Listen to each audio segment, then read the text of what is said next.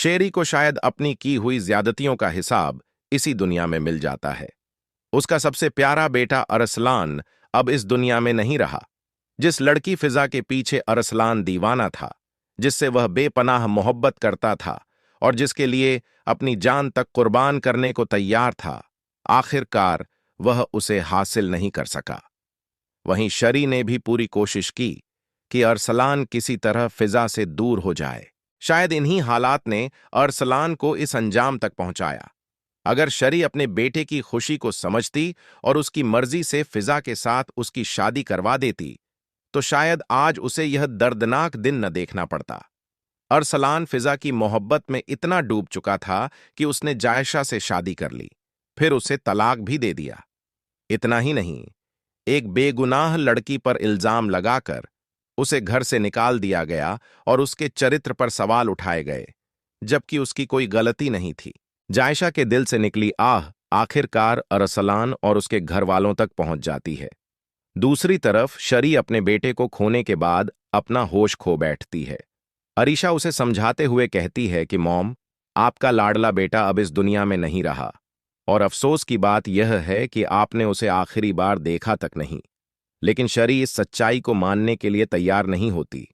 वह चीखते हुए अरीशा से कहती है कि तुम झूठ बोल रही हो, ऐसा नहीं हो सकता। शरी अपने किए की कीमत इसी दुनिया में चुका रही है। उसे हमेशा यही लगता रहा कि जो वह चाहेगी वही होगा, लेकिन जिंदगी ने उसकी सोच के बिल्कुल उलट फैसला किया। उसने अपने शौहर के बारे में भी नहीं सोचा और एक बेगुनाह लड़की पर इल्जाम लगाकर उसे घर से निकाल दिया। अब अरसलान के जाने के बाद शरी पूरी तरह टूट जाएगी और शायद जिंदगी भर खुद को माफ नहीं कर पाएगी।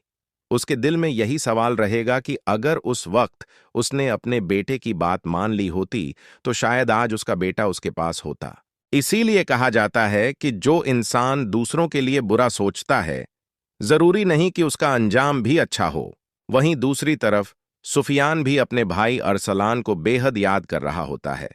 उसे अपने भाई के साथ बिताए हुए पल, उसकी गलतियां और उसकी नादानियां सब याद आती हैं। लेकिन सुफियान अब भी अरसलान की मौत का पूरा जिम्मेदार जायशा को ही समझता है। वह जायशा से कहता है कि तुमने मुझसे मेरा भाई छीन लिया। वह तुमसे कितनी मोहब्बत करता था। तुमने मेरे भाई को मानसिक तौर पर इतना परेशान कर दिया कि उसकी जिंदगी तबाह हो गई। तुमने उसके साथ उसकी जिंदगी का खेल खेला है और मैं तुम्हें कभी माफ नहीं करूंगा। सुफियान को लगता है कि अरसलान जायशा से बेहद प्यार करता था और उसके लिए कुछ भी करने को तैयार था, लेकिन जायशा ने कभी उसकी मोहब्बत की कदर नहीं की और न ही उसे अपना शौहर माना।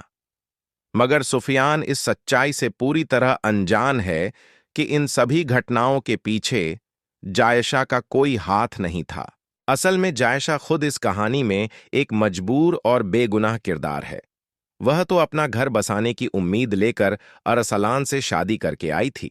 उसे क्या मालूम था कि उसकी किस्मत में शौहर की मोहब्बत भी नहीं होगी और आखिरकार उसे तलाक का दर्द भी सहना पड़ेगा।